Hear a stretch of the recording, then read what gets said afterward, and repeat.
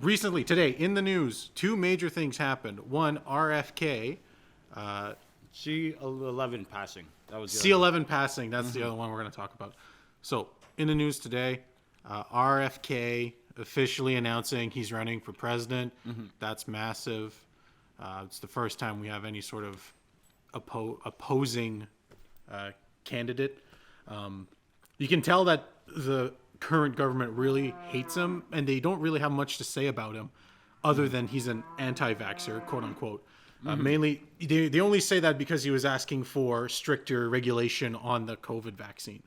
But some of the other points that he touches on that they refuse to bring up is returning to the gold standard and jobs in America, immigration, and I forget what the other one was.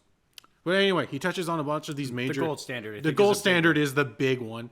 And for people that might not understand what the gold standard is, do you want to explain it? So the gold standard... So the way the American dollar works right now does not work off of gold or mineral, unlike most currency in the world. It's what it was founded on, the value of gold and other minerals, but it mainly focused on gold. I forget exactly when it was, but in the mid 20th century, the Americans scrapped that and they just went with the value of their GDP, I think it was. I could be wrong on that. In any case, it doesn't really matter. When they got rid of the gold standard, they basically made their money worthless. Yeah. So RFK wants to go back to that, which is fantastic. Go ahead. Okay. So he wants to go back to that. And if you actually look today, he's currently, I think, in second place. I'm listening, in terms but I of, lost my water. You lost your water? Oh, no. And these nuts are making me thirsty. Studio audience, can we please find him water? Water, assistant. Oh, I found it. It's right here. Okay. Salty nuts really don't sit well salty with nuts him. were really fucking up the podcast. Yeah. Let's carry. Okay. Short.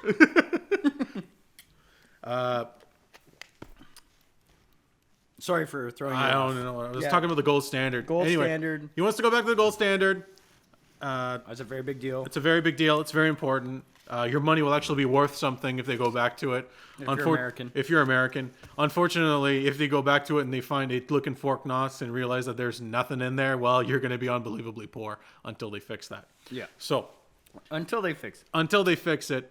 Oh, yeah, that's what I was talking about, the polls. So he nominated himself today, and he's at 19%. In terms of support. In one day. In one afternoon, 19% support. That's how much the American people love this guy. Now, well, I think they want a real leader. They want a real leader, yes. They don't want an orange bigot. Yeah. They don't want a war-hungry woman. Yeah. And they don't want a charismatic, charming Obama. Yeah. Well, Obama can't run anymore. But yeah, I know. But, like, they want somebody, the whole point is... They want someone that's actually addressing the issues that exist instead of made-up issues that they make hot topics, right? Yeah. So if we had a vote, it'd be for the Kennedys. Oh, please do. If you're going to vote, if you're American, you're going to vote for Kennedy. He actually has good intentions towards you. How old is he? How old? He's not that old, actually. I think he's in his late 50s. Oh, so... He's relatively young comparatively to other leaders. Like, and Biden, who's seen dinosaurs in real life. I'm pretty sure Biden is just being kept alive through witchcraft. At this point, anything's possible. Yeah. But, okay, so that was that. That was that little quick thing there. Yeah. The other major thing, there was that drone strike on the Kremlin. Yeah. People are calling it a attempted assassination on Putin. That's kind of ridiculous if you actually look at the footage. Yeah. It's obviously not an assassination attempt because at best what they fired was some sort of incendiary bomb. And it looked like it was aimed at the flag. Well, and it's their like political building for their office to meet, right? Yeah, yeah. So if it's anything like our parliament buildings, there's no one there ever anyway. It's mainly a show of force type deal. Yeah. You're not gonna laugh at my joke? What? Oh, there's no. That's better. Okay, carry on. Right. It's mainly a show of force by I would call it Ukraine, but really it's Western forces, and yeah. Now I've heard people say that it looks more like it might be like a false flag type deal that the Russians did to themselves, but it doesn't really add up. It doesn't really make sense.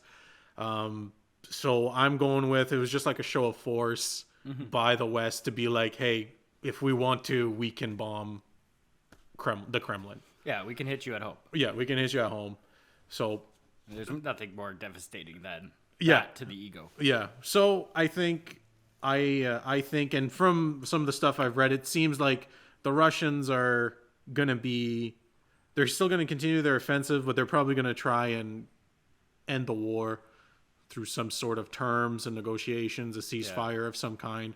I'm pretty sure Putin will push hard, but once Western troops are on the border, he'll probably put up some terms for a ceasefire, because at this point there's no winning for the Russians because of what's going on in Sudan. So their main force, the Wagner Company, is completely split and has no oil, has no money, has no nothing to keep going.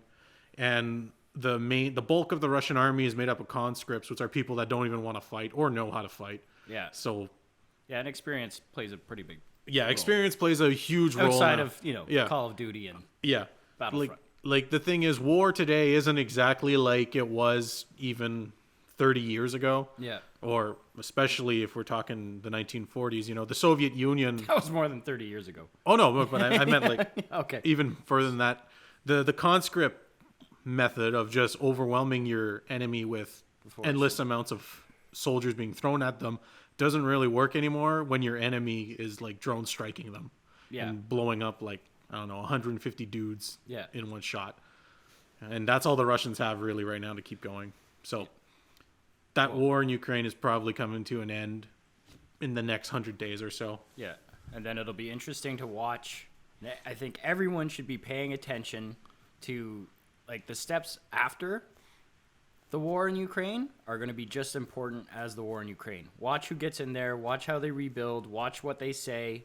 Yeah. Because I think it'll be really informative to who really won that war. Yeah, who was really taking part in it, who was really funding it, who's going to make money from it. This will be a huge opportunity for people to make money, by the way. Yeah, absolutely. War is one of the one of the best ways to make money if you're a country. Depending on what side you're on. Depending on what side you're on.